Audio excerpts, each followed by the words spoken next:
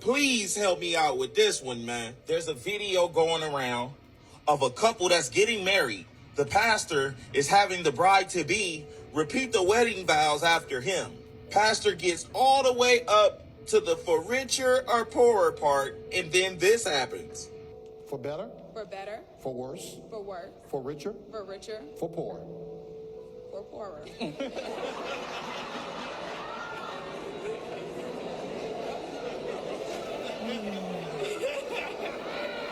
Yeah. We hit that snag about 20 times in counseling. Brill made it very clear to Jonathan, you cannot be broke. Then the pastor gets all the way up to the part where he says to obey, and then this happens. In sickness. In sickness. And in health. And in health. To love. To love. Cherish. Cherish. And to obey.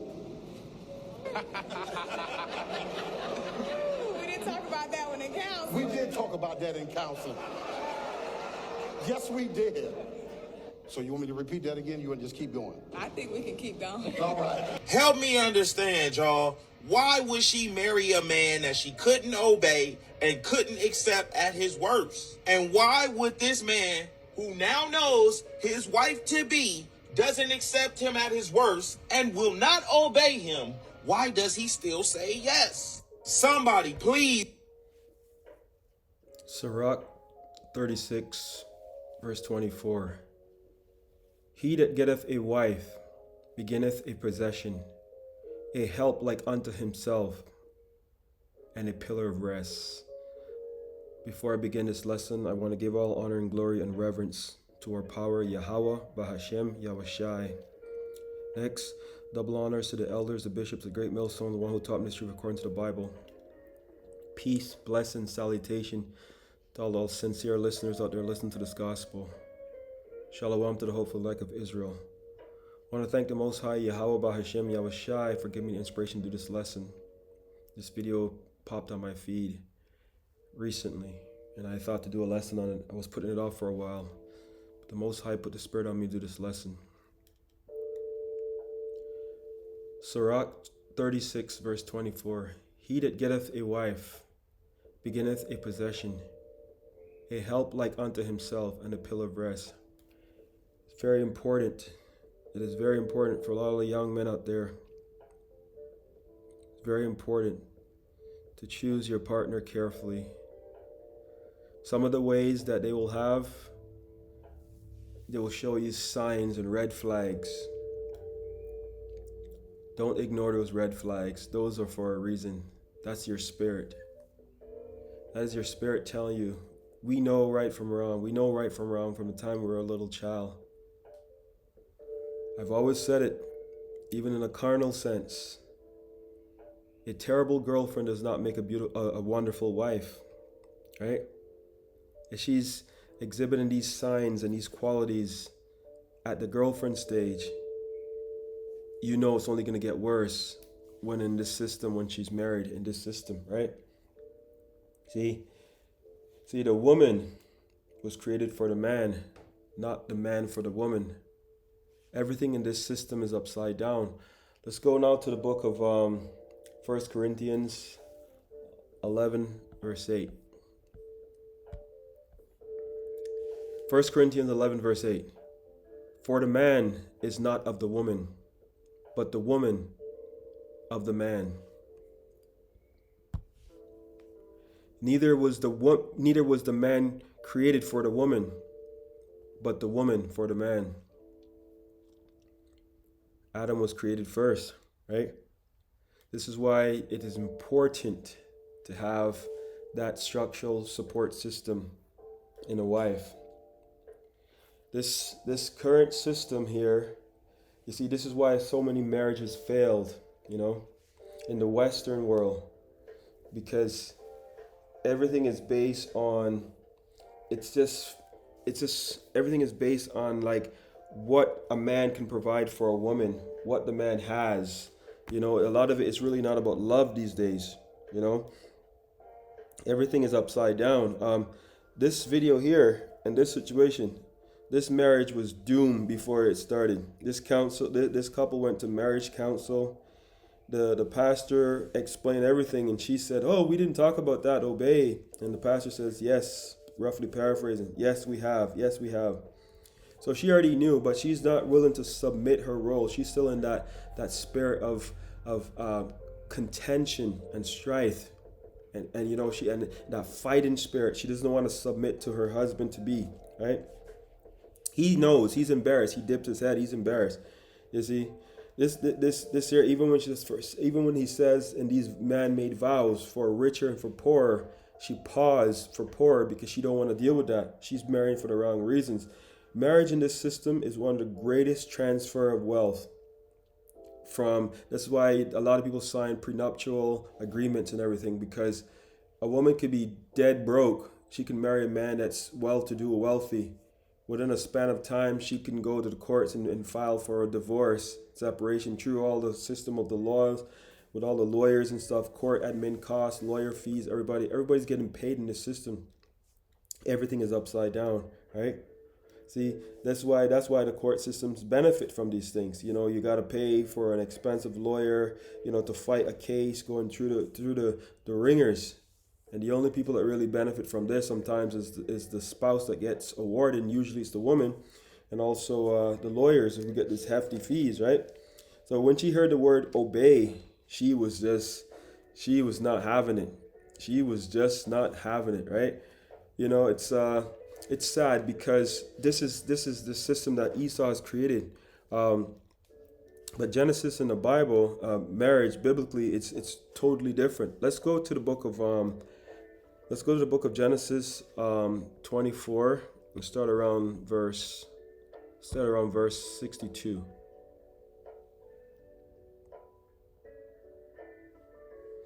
Okay, let's go. Genesis 24, starting at verse 62. It says, "And Isaac came from the way of the well, Lahar Ro, for he dwelt in the south country.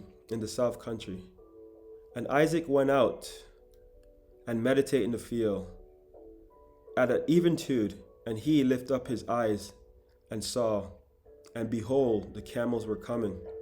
Okay, so Abraham sent the servant out to basically he's like looking for a husband for Rebecca. Okay, and Rebecca lifted up her eyes, and when she saw Isaac, she lighted off the camel. For she had said unto the servant, "What man is that walketh in the field to meet us?" And the servant had said, "It is my master." Therefore she took a veil off and covered herself. So let me read that in the let me just switch that to the King James Standard. Genesis. Bear with me for 1 second here. Genesis 24. Let's go back at 62. Downward. Start at 63. "And Isaac went out to meditate in the field at the eventide, and he lifted up his eyes and saw, and behold, the camels were coming. And Rebekah lifted up her eyes, and when she saw Isaac, she lighted off the camel.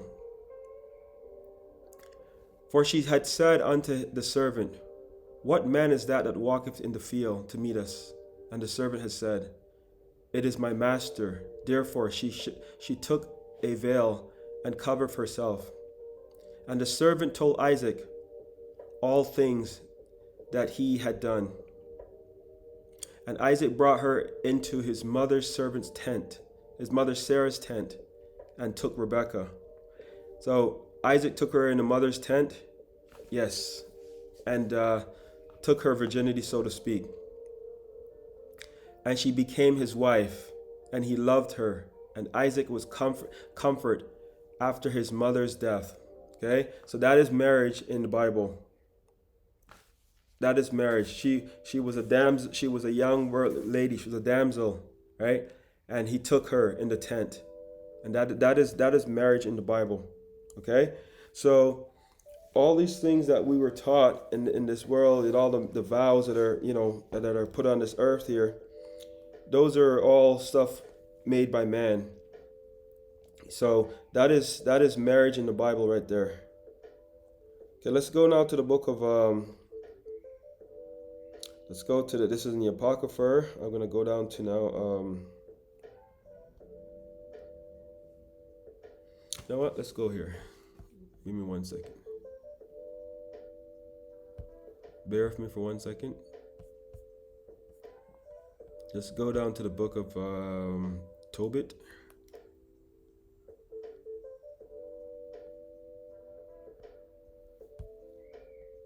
Tobit 6.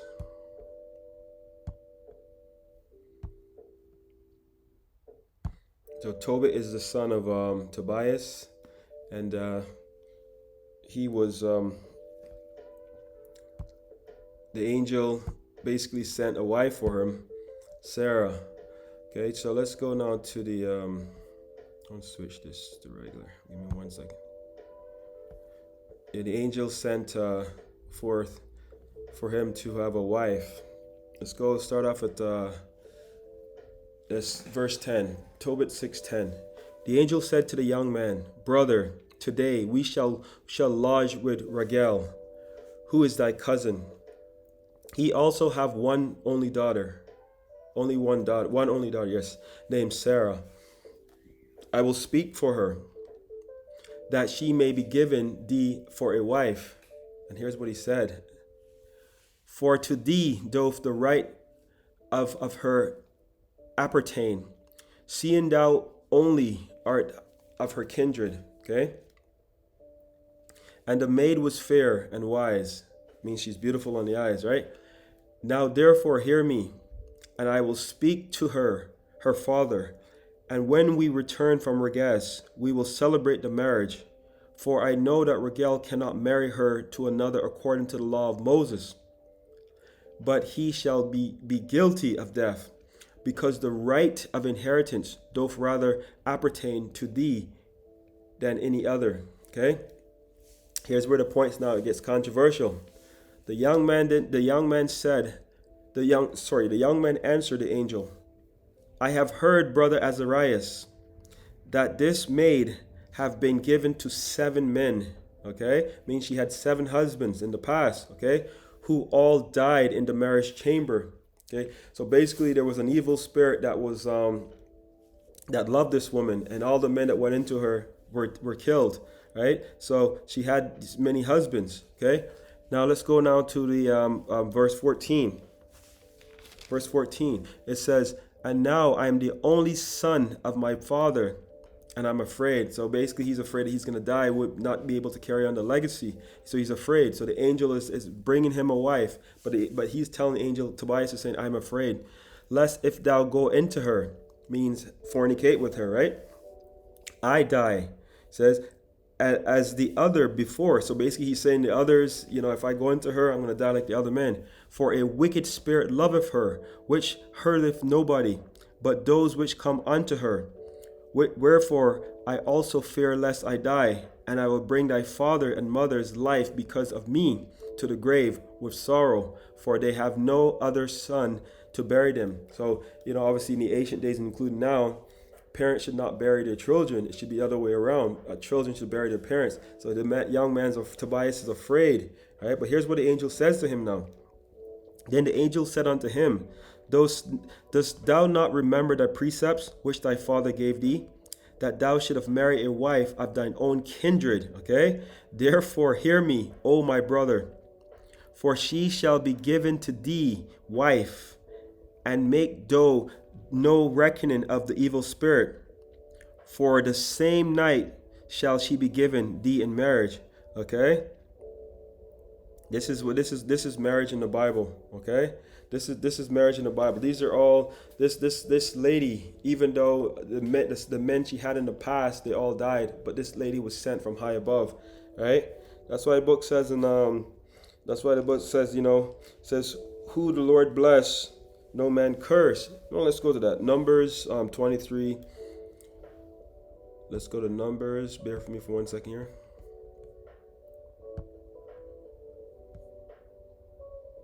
Let's go to Numbers 23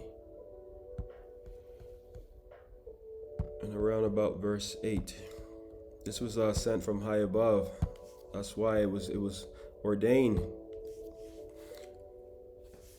It says, How shall I curse whom the Most High have not cursed?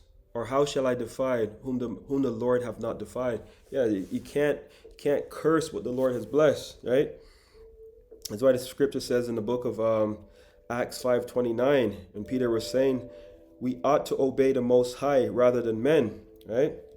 Just like YAHAWASHI, let me bring it up first here, but just like how YAHAWASHI was speaking to the lady, let's go now to the book of where is that now? Let's go to the book of John. John 4, let's go to verse 15.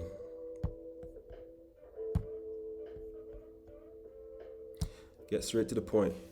John 4:15, let's start at verse 15. The woman said unto him, Sir, give me this water that I thirst not, neither come hither to draw.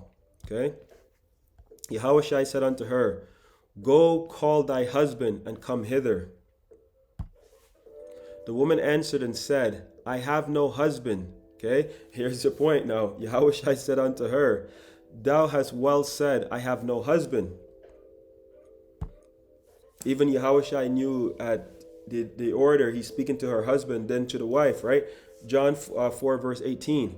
For thou hast had 5 husbands, and he whom thou now hast is not thy husband. In the saidest thou truly, right? In that thou saidest truly. So now YAHAWASHI is basically telling her, she's had 5 husbands in the past. She's been with 5 men in the past. But the person she's with right now is not thy husband, right? So YAHAWASHI says, so this is what she says now. So she's wondering, how did he know this stuff? So this is what she says to him.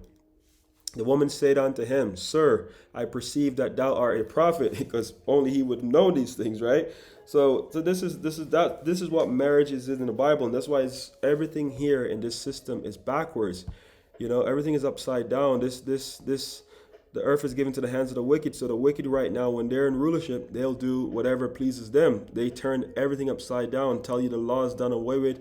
You can do all this abominable stuff. You can eat pork, you can eat shrimp, you do all kind of madness, but that's not true. This is forcing you away from your power. YAHAWAH BAHASAM YAHAWASHI.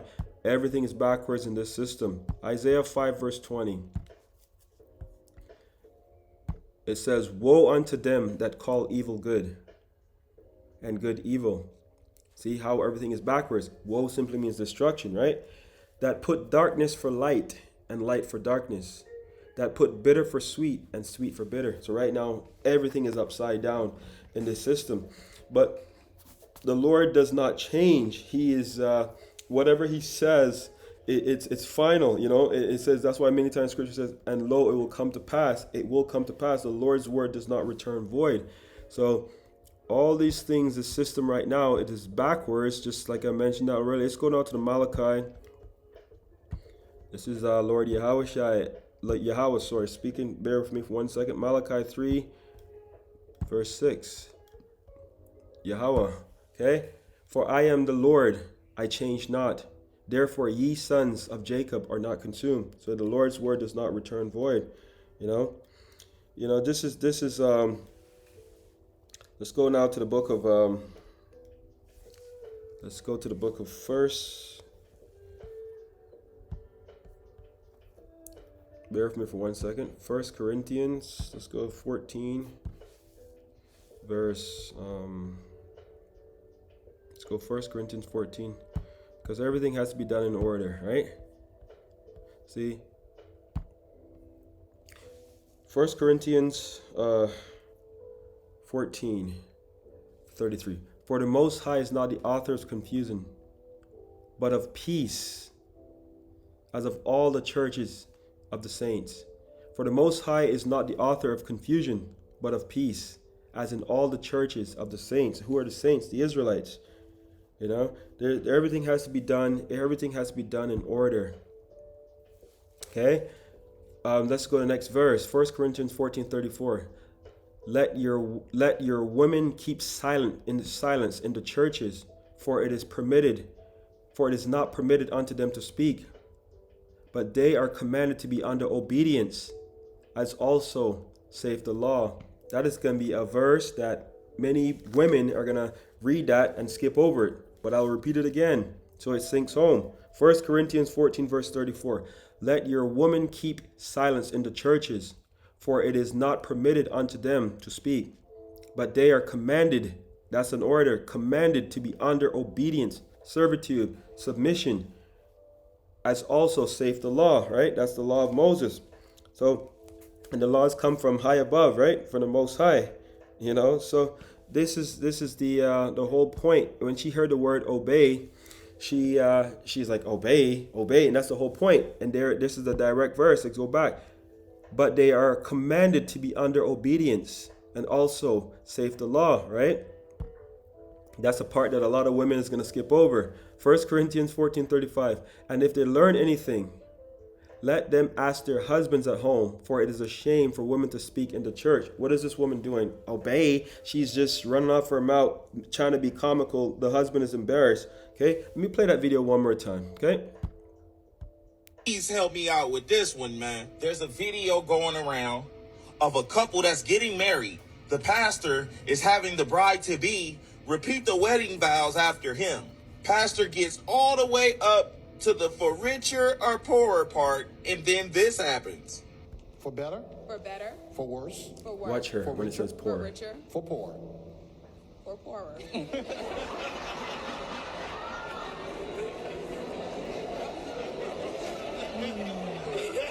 Look at his face. Yeah. We hit that snag about 20 times in counseling. See, he says 20 times. Real made it very clear to Jonathan, you cannot be broke. Then the pastor gets all the way up to the part where he says to obey, and then this happens. In sickness In sickness and in health. and in health. To love, To love. cherish, Cherish. and to obey. Watch her. We didn't talk about that one in council. We did talk about that in counseling. Yes, we did. So you want me to repeat that again? Let me repeat that again. Let your women keep silence in the churches, for it is not permitted unto them to speak, but they are commanded to be under obedience, as also saith the law. She wants to go around and take this man's name. She wants to get all the benefits, but she doesn't want to submit to herself, right? That's a bad start, because you know that's gonna be very problematic, right? I'll continue to play it.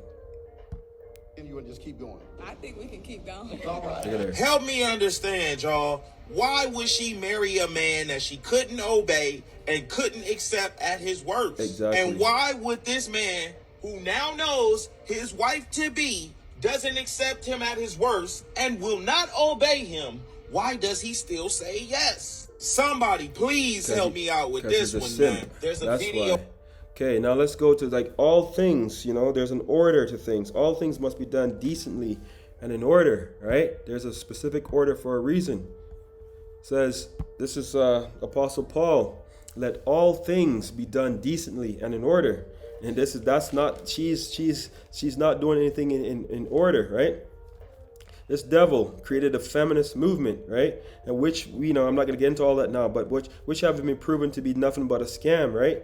It is about destroying, the nuclear family, and also depopulation, population control. You ask yourself, what is a nuclear family? The most average person have no clue what a nuclear family is. So I put in my lesson.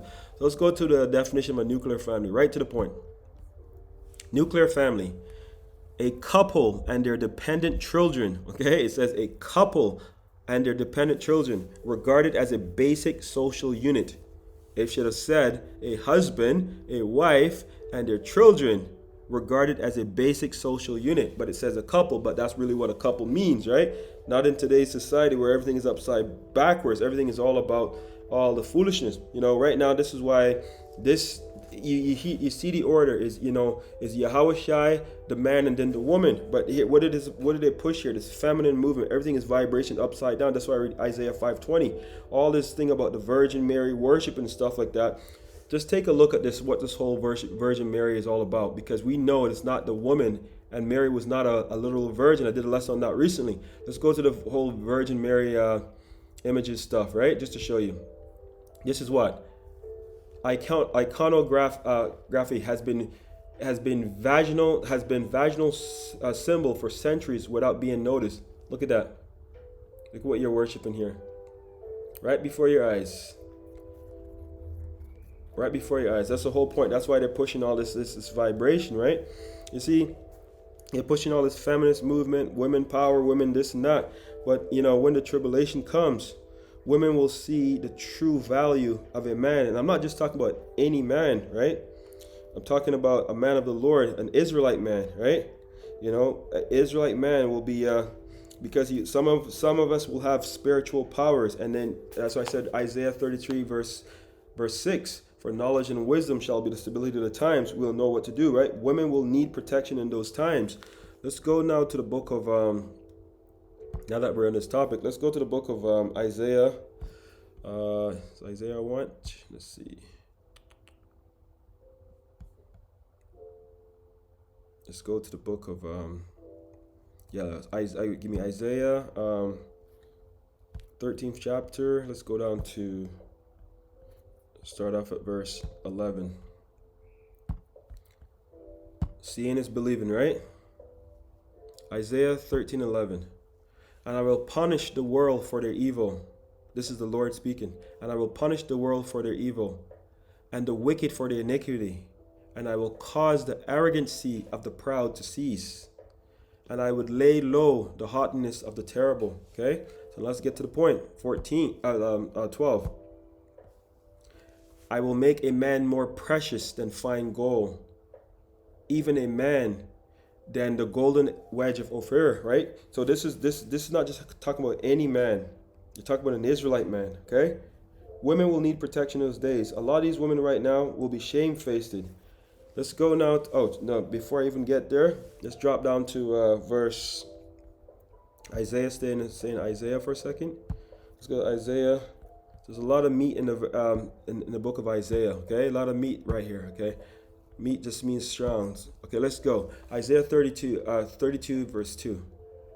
And a man shall be as a hiding place from the wind. This is all the destruction, right? And a covert from the tempest, as rivers of water in a dry place, okay?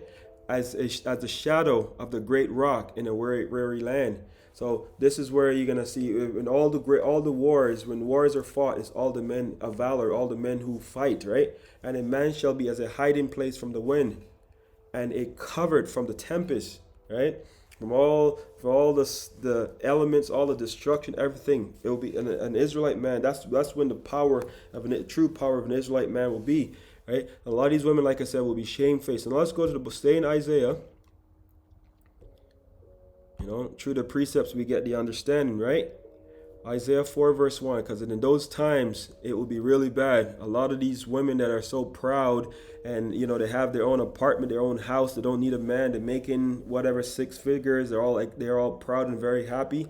This is what's going to happen. There'll be a very humbling experience for a lot of these women very soon. Yes, you heard it. Let's go to Isaiah 4 verse 1. And a lot of them will be shamefaced. Isaiah 4 verse 1. So it hasn't come yet. Isaiah 4 verse 1. And in that day 7 women shall take hold of one man, saying, we will eat our own bread and wear our own apparel. Only let us be called by thy name, to take away thy reproach. Right? You see, this is the same thing at Isaac, right? To take away the approach.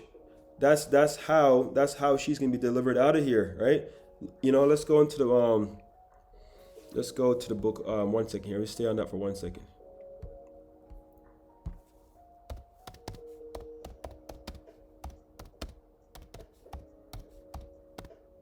Meaning of reproach. Okay? Address someone in such a way to express disapproval or disappointment. So a lot of these women right now, because they have all these eyelashes from here to from 5-6 inch eyelashes and all the makeup and everything, and they propel themselves with something a lot more than they really are, right? So a lot of them will, when the vintage is gone, when the vintage fails, you're gonna see their true nature. You can see what they look like, right? You see, that's the only way will get your name is through the whole marriage thing, right? So it says, and in that day 7 women shall take hold of one man, saying, we will eat our own bread, and we will wear our own apparel. Let us be called by thy name, and take away our reproach. You know, so they'll be shamefaced. That's why I mentioned it, right? They'll be humble, you know. And a lot of these so-called boss chicks, they will be humble very, very soon, because the vintage will fail. Let's go now to the book of, stay in Isaiah. A lot of meat in Isaiah right now. Isaiah. Book of Isaiah, let's go to 32. Isaiah 32, starting at verse 9, around there. Yep. Isaiah 32, verse 9. This is what the Lord is saying right now. You see? This is the Lord speaking right now. Let's go, no, 1 second. Bear with me for 1 second here. Be going with Isaiah 32, starting at verse 9. Rise up. This is the Lord speaking. Rise up, ye women that are at ease. They're comfortable right now. You want to go to Starbucks, you can go to Starbucks, get your latte or whatever. You want to get your sanitary napkins, you want to get all your products, whatever. Everything is there right now. But that will soon, the vintage soon will fail, right? Ye women that are at ease, hear my voice. Ye careless daughters, give ear unto my speech. Means listen, right? Many days and years shall ye be troubled, ye careless women. For the vintage shall fail, and the gathering shall not come. You know, when the vintage pretty much means that all the necessities, the makeup, the sanitary napkins, you know, the cleaning products, those things, the vintage shall fail, right? So it will be a time, you know, tremble. Reading from here, but I'll read it from my phone as well. So it says right on, let's go to the whole point. Tremble, ye women that are at ease, be troubled, ye careless ones, strip you and make you bare, and gird sackcloth upon your loins, right? That sackcloth basically means it's a garment of mourning and heaviness. So all these women right now that are so proud and having all this, the vintage and all these things out there, it'll fail. Let me show you an example of a lady here. Look at it. Just take an example here. Look at this lady, okay? Look at the picture of her on the left. That's her look. Look at her with all the makeup, all the eyelashes, mascara, lipstick, everything. Totally different person. So these women are portraying themselves on social media proud and having all this, you know, this look, and having all these guys, you know, spend so much on them and everything. But it's all makeup. This is what her true countenance is. So in those days, when it says when the vintage shall fail, and it will, you know, the Lord's word does not return void. So when all this stuff, all the makeup, the eyelashes, you know, all this stuff, eventually when it fail, they will have a big problem here, because it's gonna be, it's gonna come, right? Yeah, let's go to, so see all these movies that are put out there right now with all the purges and all those doomsday movies and so forth. What do you think that's about? Esau is giving us a predictive program, because they know what's about to come on this earth, right? They know. Then we will see the true nature of mankind when we have to now fend for ourselves. And all this feminine, you'll see how fast this whole feminine spirit, this proud spirit, you can see how fast that's going to go away. Now let's go to the book of, just finish off with this, the book of 2nd Ezra, 15. Let's start off at 17. 2nd Ezra 15:17. A man shall desire to go into a city and shall not be able. Right? For because of their pride, the city shall be troubled. The houses shall be destroyed, and the men shall be afraid. Okay? If the men is going to be afraid, what do you think these women are going to be doing? If the men are going to be afraid, what do you think the women is going to be doing? It says, and why? A man shall have no pity upon his neighbor, but shall destroy their houses with the sword. You know, the sword today is modern day guns, modern day weapons, right? And spoil their goods. Spoil simply means to rob. Because what? Because of the lack of bread and for great tribulation. So this will come, you know. And close. I don't know I said the last precept, but let's go with one last one here. Let's go to the book of because it will come. Men of the Lord have been prophesying this for a long time, and everybody's not taking heed. Ezekiel 33, verse 33. And when this cometh to pass, lo, it will come. Then shall they know that a prophet hath been among them, right? So I'm preaching my lungs out to you guys, prophesying and saying all these things. It sounds crazy, it sounds far-fetched, but it will come. All right? The Lord's word does not return void. But I hope that you've been edified and you hope you got something out of this. Till the next time, shalom.